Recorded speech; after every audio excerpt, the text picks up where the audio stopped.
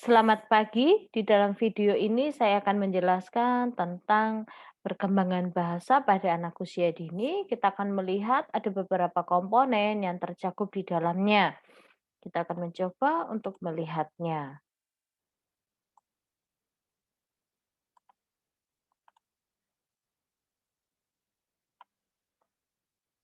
Ya, perkembangan bahasa untuk anak usia dini. Nah, sebagai pendahuluan, ya, sebagai introduction, kita akan melihat bahwa bahasa merupakan alat yang sangat penting untuk melakukan komunikasi bagi manusia, termasuk pada anak usia dini tentunya. Nah, melalui bahasa, anak akan belajar untuk mengembangkan sosial skill-nya. Dia akan belajar untuk berinteraksi, bergaul, ya, beradaptasi dengan lingkungan. Nah, anak dapat mengekspresikan pemikirannya melalui bahasa yang dia miliki atau yang bisa dia kembangkan. Nah, mereka bisa saling mengerti satu dengan yang lainnya juga karena adanya bahasa dan komunikasi menjadi sarana bagi anak-anak untuk mengembangkan kemampuan bahasanya. Kita akan melihat bagaimana pola interaksi dan karakteristik di dalam sebuah komunikasi. Yang pertama, di dalam pola interaksi, ya, itu mencakup kontak mata dan saling berbagi rujukan yang sama. Maksudnya begini, ketika kita melihat karakteristiknya, bahwa orang dewasa membangun dan mempertahankan kontak mata dengan anak ketika bersama memperhatikan objek ataupun peristiwa. Jadi, ketika orang dewasa dan anak berinteraksi, ketika anak dan anak pun juga berinteraksi, maka harus ada kontak mata, ya, harus ada eee, kontak mata di mana mereka akan memperlihatkan bahwa mereka itu memang sedang saling memperhatikan satu dengan yang lainnya. Nah, contohnya adalah orang dewasa dan anak memiliki kontak mata, orang dewasa menggoyang-goyangkan mainan, ya, sama-sama memandang mainan tersebut. Nah, seperti itu. Jadi, ada objek yang sama-sama mereka perhatikan dan di situ memang benar-benar kontak mata mereka itu ada. Yang kedua adalah lingkaran komunikasi, ya, di mana orang dewasa dan anak bergantian merespon secara lisan dan non lisan atau keduanya. Jadi lingkaran komunikasi itu namanya komunikasi pasti terjadi interaksi. Jadi tidak hanya satu orang yang berperan di dalam sebuah komunikasi, tetapi kedua-duanya juga saling memberikan respon. Ya, ada respon yang saling berkelanjutan di sana, berkesinambungan. Orang dewasa berkata misalnya cilukba dan anak merespon dengan tertawa.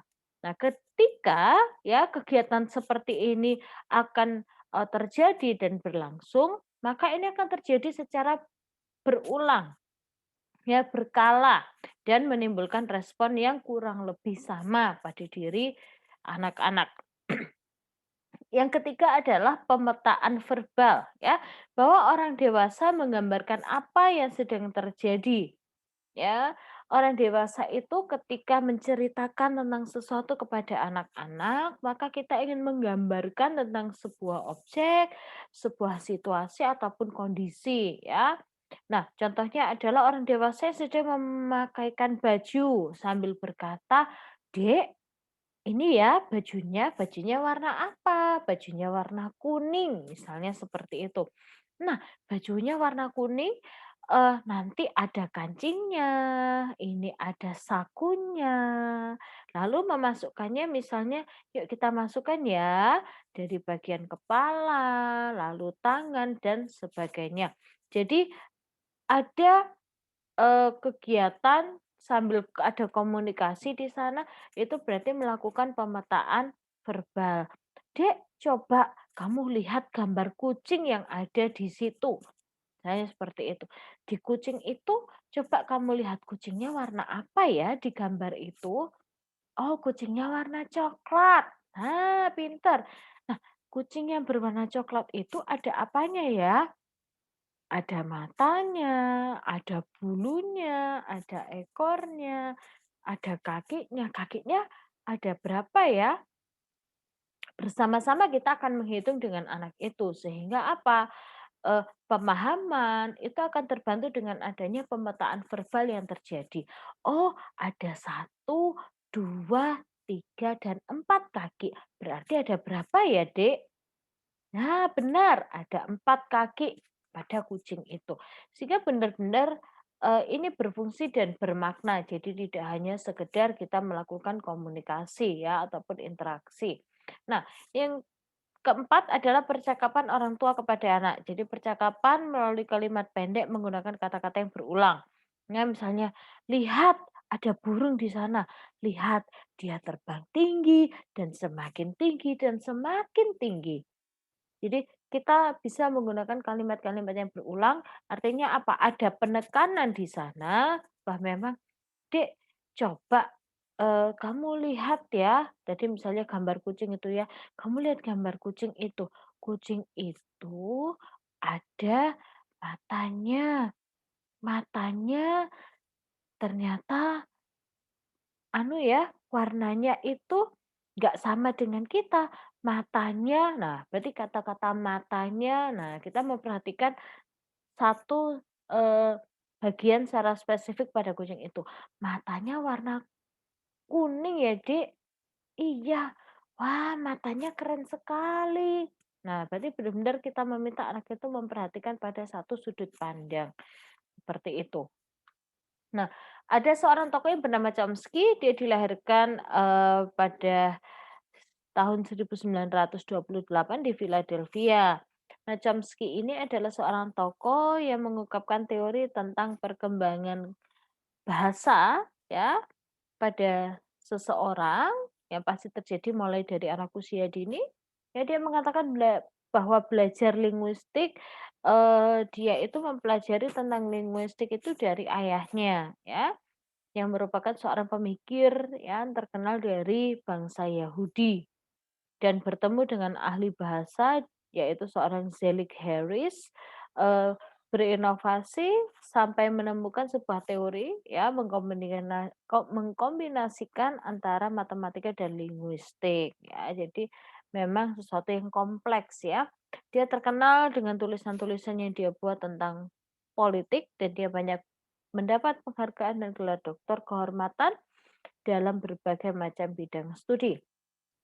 Nah, konsep dasar perkembangan bahasa yang diungkapkan oleh Chomsky, ya, eee, awalnya semua orang itu akan berpikir dengan teori gudang penyimpanan. Jadi begini, anggaplah kita itu Eee, punya gudang di dalam otak kita. Nah, dan di situ ya, di dalam gudang penyimpanan kita itu kita akan memasukkan berbagai macam informasi, berbagai macam pengetahuan yang nantinya akan kita olah.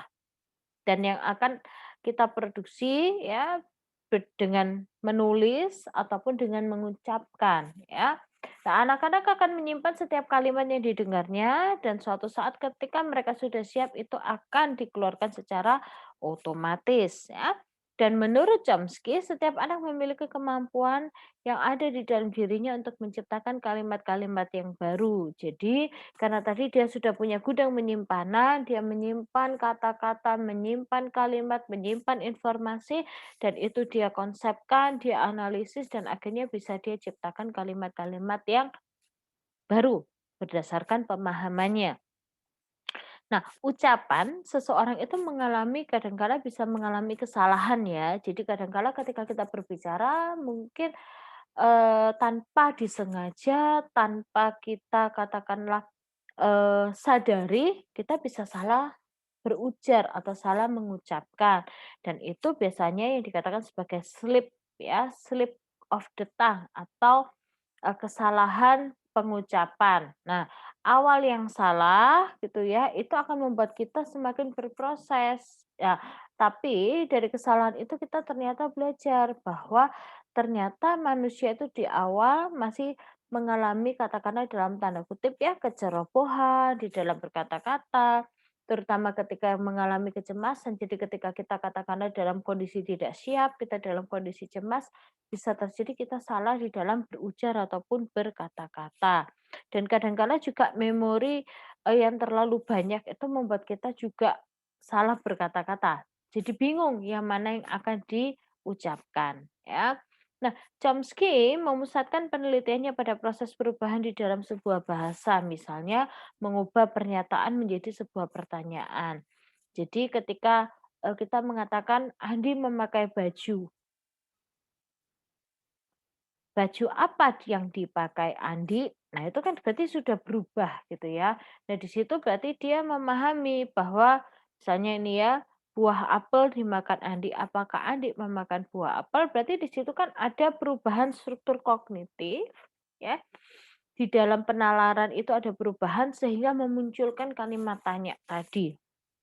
Ya, anak-anak yang berusia 4,5 tahun, ya, mereka mulai menggunakan question tag ya atau kata tanya ya.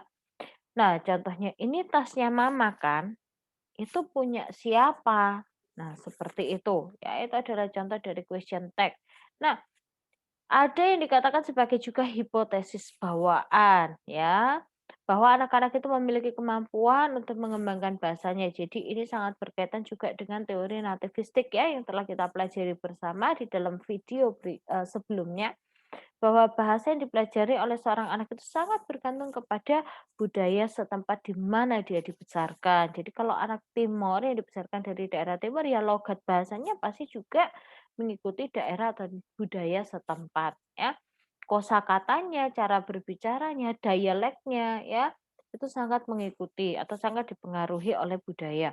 Nah, anak-anak memiliki kemampuan memahami tatanan bahasa secara umum yang berlaku secara universal.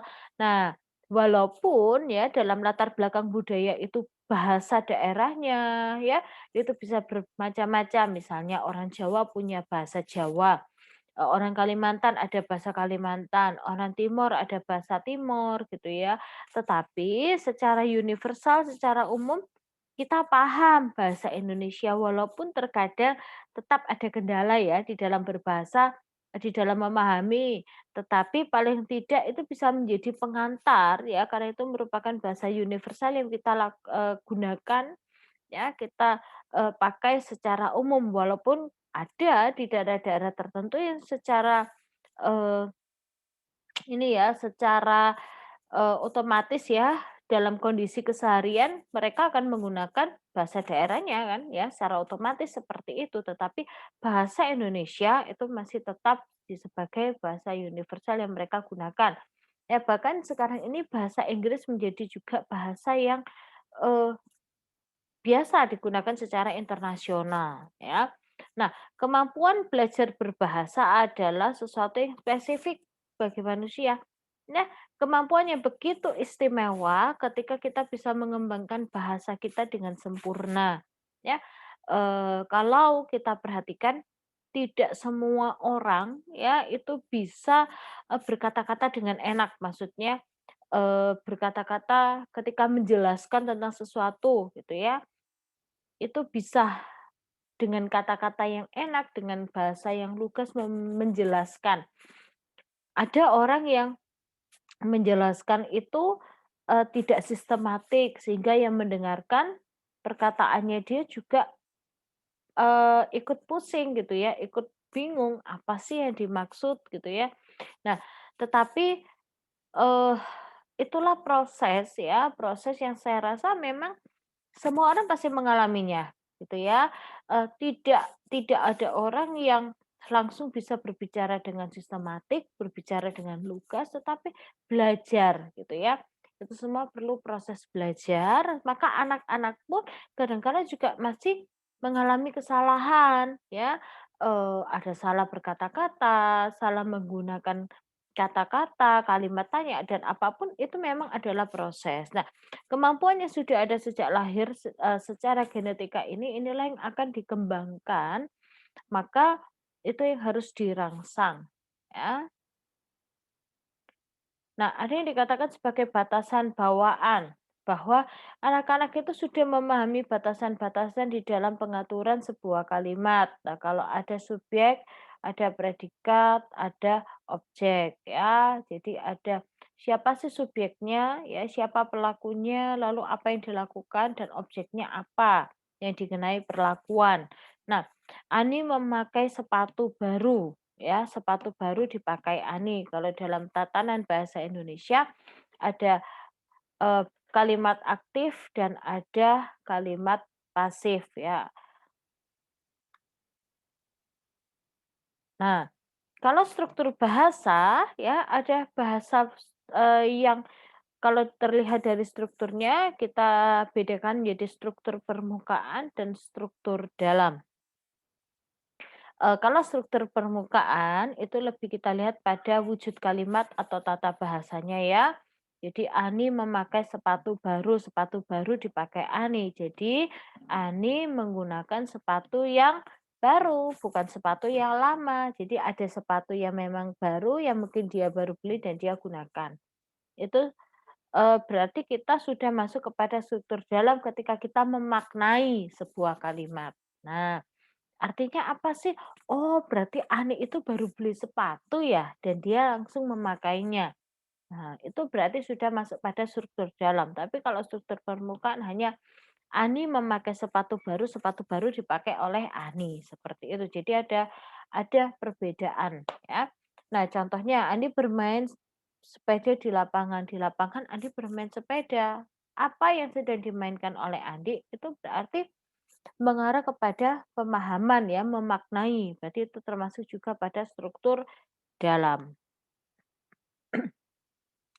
Kita melihat 4 komponen perkembangan bahasa ya, yaitu yang pertama fonologi ya ataupun pengucapan. Nah, kata pertama yang diucapkan oleh seorang anak ya ketika anak itu mulai mama, mama, papa, tata gitu ya. Itu akan sangat mempengaruhi pengucapan berikutnya ya. Nah, eh kalau dari awal pengucapannya itu sudah jelas, maka diharapkan ya, ini kan harapan kita ya, harapannya ke belakang atau ke depannya, maksudnya seterusnya gitu ya, pengucapan anak itu akan baik, jadi akan jelas, tidak kesulitan, seperti itu. Nah, ketika belajar berbicara, mereka bereksperimen dengan bunyi ya, pola bunyi, ya, ritme perkataan, cepat lambatnya mengucapkan dan menyederhanakan ucapan orang dewasa. Nah, jadi pengucapan itu ternyata tidak hanya anak itu melafalkan, tetapi ketika dia juga mencoba bunyi, apakah bunyinya, sudah benar gitu ya, bagaimana ritmenya, cepat lambatnya dia berkata-kata, itu semua akan dilihat. Nah, pelafalan akan berkembang pesat sesuai dengan matangnya pengucapan vokal anak-anak. Jadi kalau tadi di awal dia sudah cukup jelas, maka diharapkan, seterusnya dia akan berujar ataupun berkata-kata dengan jelas. Nah, kita melihat perkembangan semantik ya atau arti kata. Nah, ini sangat berkaitan juga dengan seberapa banyak sih kosakata yang dia miliki, ya. Kalau tadi Chomsky berkata kita punya, gudang penyimpanan ya, maka di dalam gudang penyimpanan itu kan kita menyimpan banyak sekali kalimat ya, kata-kata. Nah, dan belum tentu semuanya kita pahami artinya. Nah, maka ada namanya perkembangan semantik, di mana ketika kita itu berusaha untuk memahami makna dan artinya. Ya, perkembangan tata bahasa itu ketika anak itu belajar memahami, jadi tidak hanya dia punya kata-kata, dia punya bahasa ataupun kalimat, tetapi dia paham enggak, seperti itu. Nah, perkembangan lebih dahulu ya dari berkembang lebih dahulu daripada memproduksi atau menggunakan kata-kata. Jadi gini, diharapkan anak itu benar-benar memahami dulu sebelum dia memproduksi kata-kata, ya. Tetapi kadangkala ada juga yang hanya asal, mengeluarkan kata-kata tanpa dia paham, ya, artinya. Nah, diharapkan dia tuh paham, paham artinya, lalu dia mencoba untuk melafalkan, "Mana sih, Dek, mama? Ini loh mama." Misalnya ya kita menjelaskan, "Ini mama, ini kakak," seperti itu. Ya, atau, kita menjelaskan tentang warna, "Ini warna merah, ini warna, hijau, ini warna biru," seperti itu. Ya, jadi Anak itu paham dulu lalu nanti kita tanya, "Dek, mana warna merah?" Anak menunjukkan dan anak mengatakan, "Merah," seperti itu, ya. Kata-kata pertama dibentuk berlandaskan fondasi kognitif dan emosional.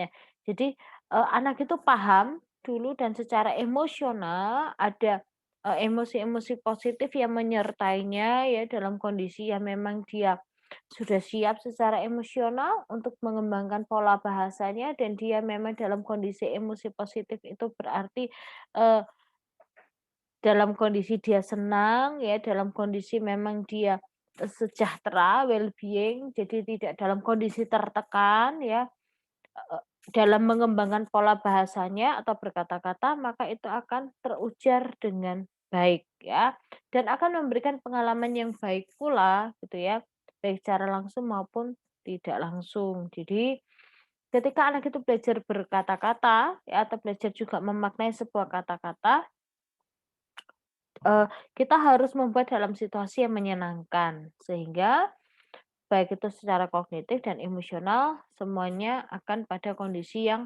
baik ya. Pada usia 18 sampai 24 bulan, kemampuan bahasa berkembang dengan cepat ya, anak berani mengaitkan kosakata baru dengan konsep dasar yang dijumpainya. Jadi, anak itu kan semakin banyak kosakatanya, dia akan semakin, mmm, belajar untuk mengkaitkan ya, antara satu kata dengan kata yang lainnya untuk menjadi sebuah kalimat. Nah, berarti di sini dia harus punya pemahaman yang baik terlebih dahulu sebelum dia nantinya bisa membuat sebuah kalimat yang utuh, yang bisa dia, gunakan dan dia bisa perkatakan dengan jelas ya. Anak perempuan memperhatikan ya, atau memperlihatkan perkembangan kosakata yang relatif lebih cepat dibandingkan anak laki-laki. Tapi juga sebenarnya, ini tergantung stimulasi ya. Jadi anak perempuan itu, ada orang yang bilang, "Oh, anak perempuan tuh lebih cerewet ya, lebih lebih mudah untuk mengembangkan, eee, kosakatanya," seperti itu, karena lebih mudah berinteraksi gitu ya. Tapi kalau anak laki-laki kan bisa jadi lebih cuek, tapi enggak juga, ada anak laki-laki yang juga mudah berinteraksi, perkembangan bahasanya juga cukup bagus gitu ya. Tergantung stimulasi, tergantung bagaimana lingkungan juga, dan, ketika dia sudah punya potensi dari dalam, bawaan dari dalam, itu tinggal kita kembangkan ya. Lalu yang sangat menunjang perkembangan kosakata adalah stimulasi secara verbal gitu ya. Kalau dia semakin banyak berinteraksi, semakin banyak berada pada sebuah lingkungan, maka dia akan terbiasa untuk mendengarkan, terbiasa untuk menyimak, dan terbiasa untuk belajar mengungkapkan. Ya, ada referential style di mana suatu gaya belajar bahasa awal ketika anak balita menggunakan bahasa terutama untuk memberikan label pada objek. Ya, misalnya eh kalau anak itu terbiasa mamanya katakan ini meong gitu ya pada kucing. Nah, dia akan terbiasa menggunakan meong sampai dia besar.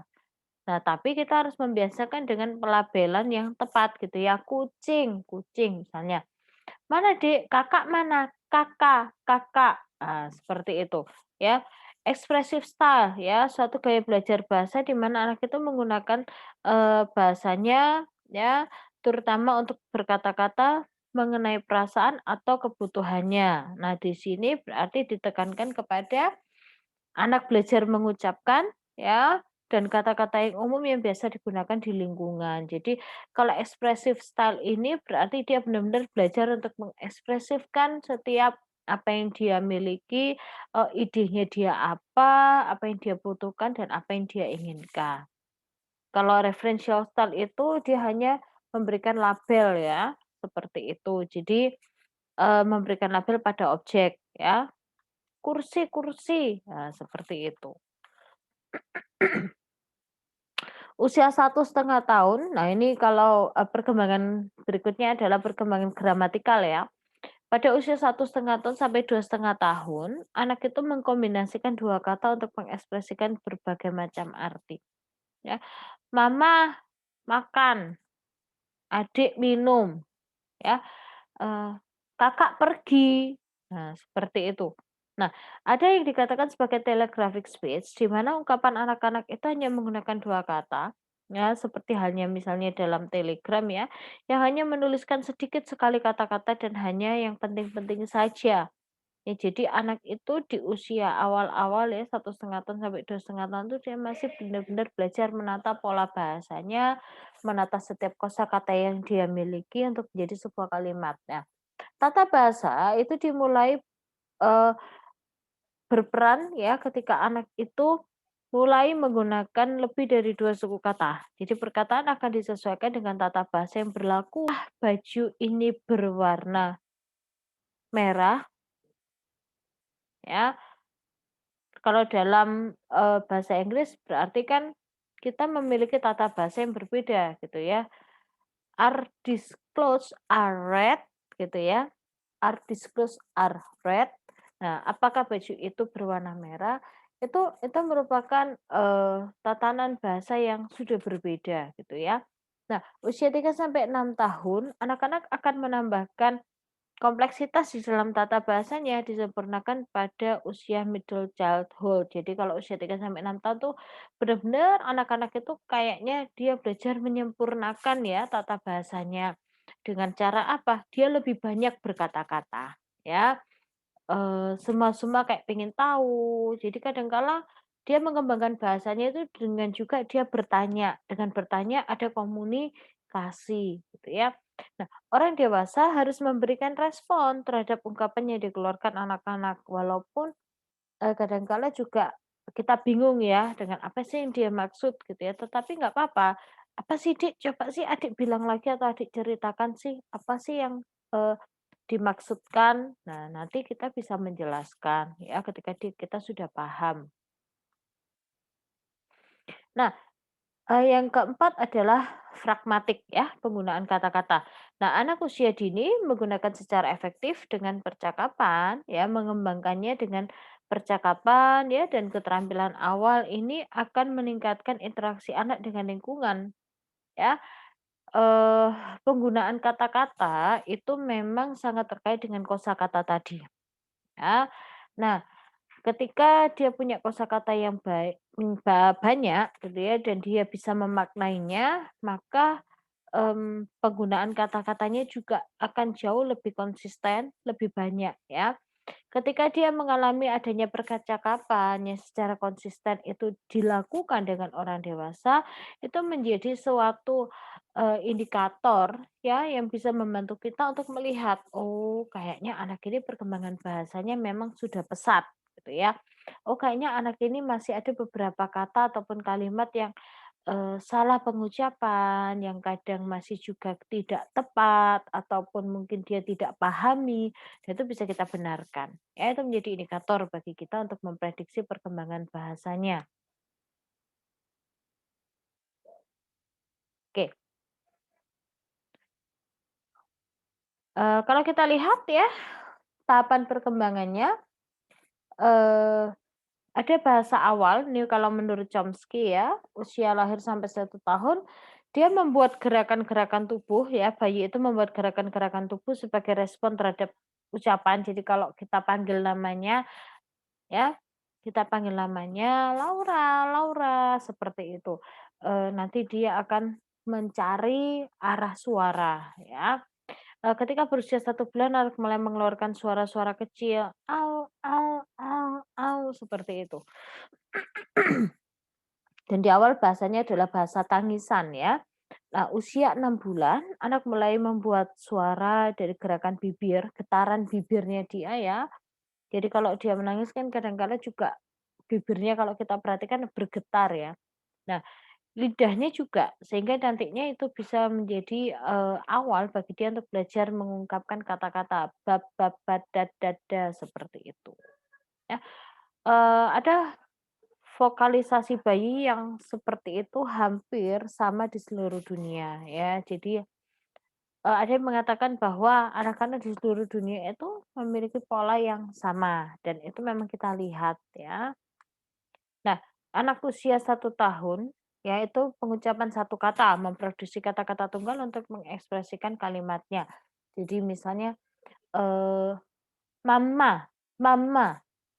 papa, ya, tidur, nah, duduk, kue, makan, ya, seperti itu. Dan, makna dari kalimat tunggal bayi ini biasanya orang-orang yang biasa berkomunikasi dengan dia saja yang paham, entah itu ibunya, ayahnya, kakaknya, neneknya, gitu ya, yang memang bisa memaknai dan itu sangat tergantung pada konteks.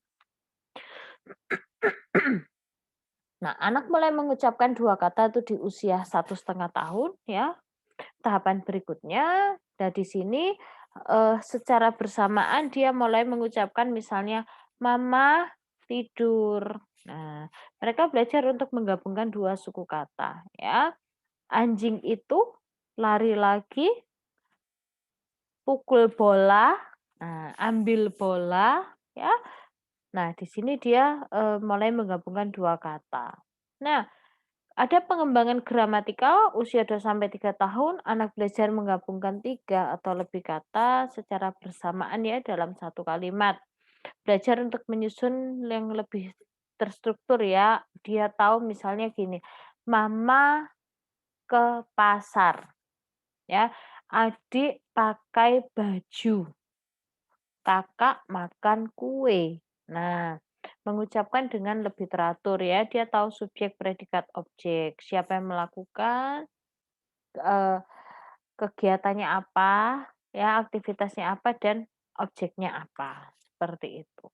Nah, usia 3 sampai 4 tahun, anak mulai belajar menggunakan kalimat-kalimat yang lebih kompleks dalam berkomunikasi ya, jadi dia sudah bisa bercerita, "Kenapa ayam punya bulu banyak?"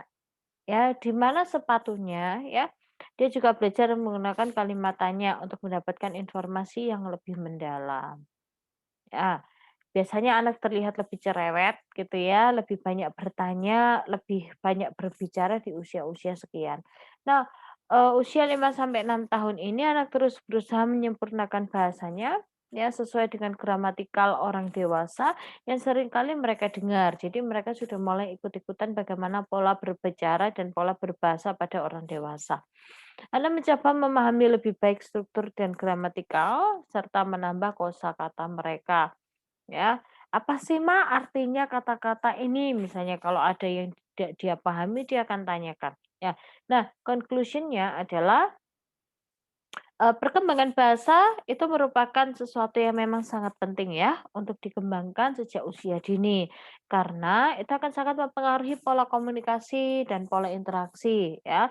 Dan pemrolehan bahasa di dalam diri anak usia dini itu memang sangat harus ya dibantu untuk dikembangkan sejak usia dini oleh lingkungan. Nah, perkembangan bahasa itu mencakup 4 komponen penting. Nah, 4 komponen penting tadi ada fonologi, semantik, gramatikal, dan juga pragmatik.